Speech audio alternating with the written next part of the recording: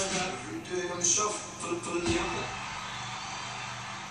plays tennis and dances like a dream, and she'll be leading the charge for Australia in our first Federation Cup semi-final since 1993. Of course, we're talking about Samantha Stosur. Hello and welcome to you from Brisbane. Hi, thank you. I want to get to those fantastic moves that you just showed us a little bit later on. You were playing this semi-final at the Patrick Rafter Arena. Surely there's a Samantha Stosur field or court somewhere in your home state of Queensland. There actually is a little court, I think it's Court 1 down at Queen's Park Tennis Centre on the Gold Coast. So it's not quite as big as Pat's, but you never know, maybe one day. It will be brilliant. I said 1993 since the last semi-final. I think it's back to, 1974 since Australia won in the Federation Cup. Yvonne Goolagong-Cawley was involved then, of course. It's quite a distance between drinks. How's it feel in the team? Oh, it's great. Look, we always get along really well together. We always have a great time. Get along well, practice hard, and there's never anything to worry about as far as getting along. So I think that's a huge part of it when you play in a team, which we don't really do very often. So look, we all get behind each other and do whatever we can for each other, and then hopefully that all equates to playing well on the weekend. Now, Sam, the good news is that Sabine Lisicki, last year's Wimbledon finalist, isn't playing for Germany, but the bad news is that you've got two top 20s in there, in Angelique Kerber and obviously Andrea Petkovic as well. You played them a couple of years ago in Fed Cup and you were able to beat them, so do you draw from that at all for this weekend? Yeah, I think it's nice to know in the back of your mind that the last time that we played each other, we were able to win and win that tie 3-0. So that was, on their home court in their home country. So now that's on our shoulders. But look, we all did a great job that time. So hopefully this one will be no different. And Sam, your love for Australia is well known, but people might not know you're actually giving up this weekend the chance to play in a German tournament that if you had won, you would have won a Porsche sports car. If the girls need some motivation over the weekend, you're going to make it clear exactly what you've put on the line to be available this weekend. They owe you big time, don't they?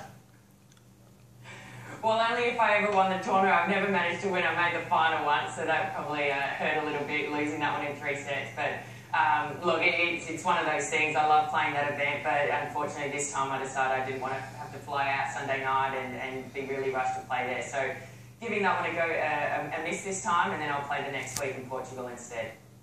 Sam, from the intro, I'm sorry, but it is the question that needs to be asked. What is your relationship like with red food? Because let's be honest, you were the original shuffler. Now that he's gone over to Azarenka, are you a little bit disappointed with that, Sam? I don't shuffle anymore, put it that way. Well, Sam, look, maybe we could organise. We know some powerful people here. Is there an entertainer that you would like to have in your corner when you go out and play tennis? Oh, I don't know. There'd probably be a few, but I don't think I'll bring out the dance moves again for a little while. Oh, we like them. We like them. I'd advise strongly against having Justin Bieber. Just at the moment. It's not really working out for me. Sam, on a serious note, obviously you've had wonderful success at the US previously, very strong on the clay. How are you feeling leading into this very important next French tournament? Look, I'm feeling good. I thought I played well in Charleston last week. That was on green clay in the States, so it's a little bit different. But once we get over to Europe, I'll have 3 tournaments leading into the French Open, all on the red dirt, and it is certainly a time of the year that I really enjoy, and hopefully I can win some matches early on and try and build that confidence to be playing as best as what I can when the French Open starts. So it's I've still got a few more weeks to, I guess, peak, but it's an exciting time of the year for me. And for this weekend, playing at home, not just at home for Australia, but specifically for you in Queensland, how important is that for you? Oh, it's fantastic. I do love playing at this arena. I didn't play the Brisbane International at the start of the year this time, but I guess it's a second chance for me to play here on this court in front of some Queensland fans and friends and family as well. So I'm really looking forward to that opportunity, and certainly going to give it my best shot as well as the rest of the team will, I know for sure. And Tony mentioned it in the intro that it's been 40 years between drinks when it comes to Fed Cup wins for Australia, well before your time, Sam, but you've won the US Open. Where would this one rate if you could get over the line against Germany and make it through to the Fed Cup final? Oh, if we could make it to the final, then it would be very, very exciting, and what a great chance. I mean, we'd if we do get through to the final, we play the Czech Republic or Italy, and they're two very good teams. They've both won it in recent years, but I think if you're in the final, then you've certainly got a great chance. So we'd certainly all love to be in that position and play for that in November, but we've got a tough weekend ahead of us. But like I said, we'll give it our best, and hopefully we can be in that final.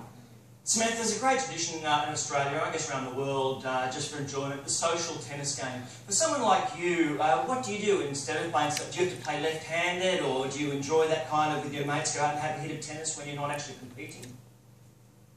Yeah, I don't mind going out and playing for fun. I mean, I play the sport because I love it, and I always enjoy being out on court. And I think when you're playing with people who, you know, just do it for a bit of fun and hit and giggle, then it is good fun. And certainly if there's, you know, kids around who do those clinics and all that stuff, then that's good too. So I think it's, the great thing about tennis is that anyone can play from any age and any ability.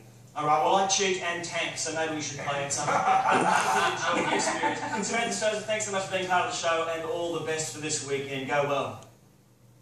Thank you very much. And don't forget